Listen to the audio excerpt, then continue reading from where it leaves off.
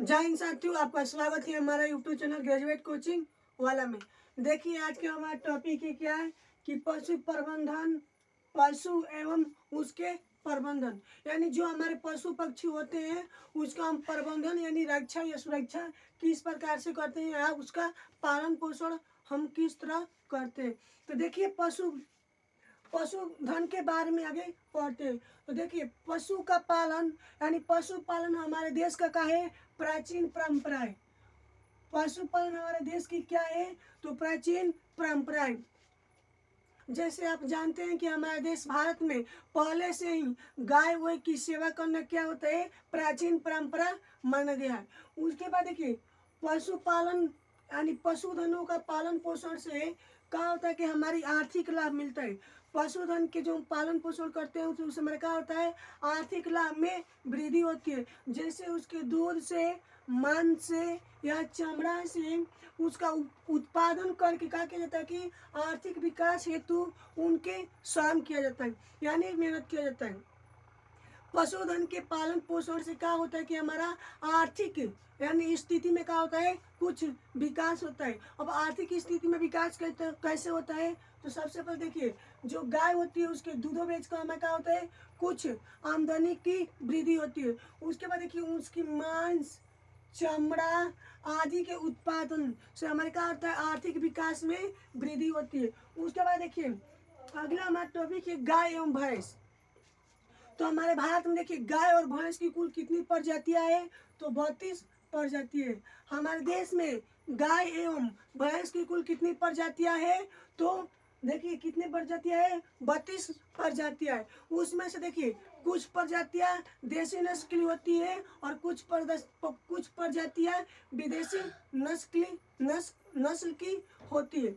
देखिए हम पढ़ते हैं कहा कि भारतीय यानी देसी नस्ल की कौन कौन सी गाय है। तो देखिए देसी नस्ल में हमारे कौन कौन सी गाय होती है तो साहिवाल हमारे क्या होती है देसी नस्ल की गाय होती है। उसके बाद देखिए गिर, उसके बाद क्या है रेड सिंघी, साहिवाल, गिर, रेड सिंघी, थरपाकर। उसके बाद देखिए हरियाणवी इत्यादि हमारे क्या है गाय के कुछ प्रमुख प्रजातियां हैं।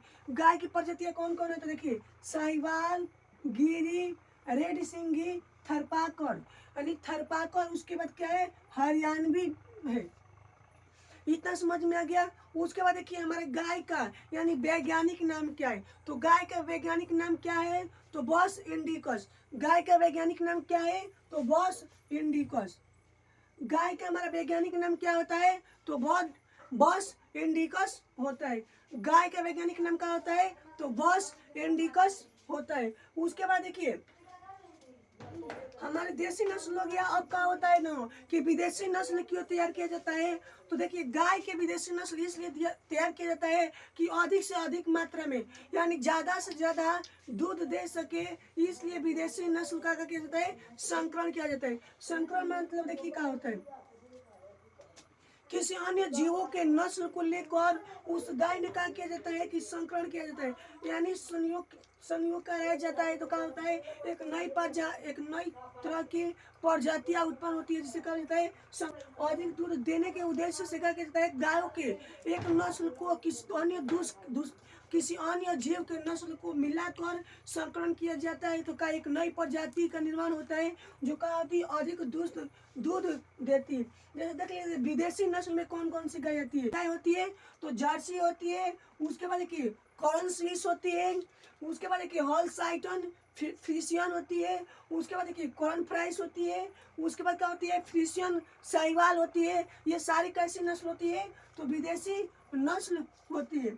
और दूध देने के लिए इन लोगों का नस्ल तैयार यानी अधिक दूध देने वाली गायों की नस्ल तैयार किया जाता है या संकरण किया जाता है। तो ये देखिए कहाँ किया जाता है तो ये किसके द्वारा किया जाता है तो नेशनल डेयरी रिसर्च इंस्टीट्यूट यानी अधिक दूध देने वाली गायों की नस्लों की संकरण किसके द्वारा किया जाता है तो नेशनल डेयरी रिसर्च इंस्टीट्यूट यानी नेशनल डेयरी रिसर्च इंस्टीट्यूट अर्थात NDRI के द्वारा क्या किया जाता है इसकी नस्ल विकसित किया जाता है या तैयार किया जाता है। देखिए जो हमारी गाय होती है अधिक दूध देने के लिए इसकी नस्ल किसके द्वारा यानी किसके द्वारा संकलन किया जाता है? तो नेशनल डेयरी रिसर्च इंस्टीट्यूट के द्वारा किया जाता है, वंदे मातरम।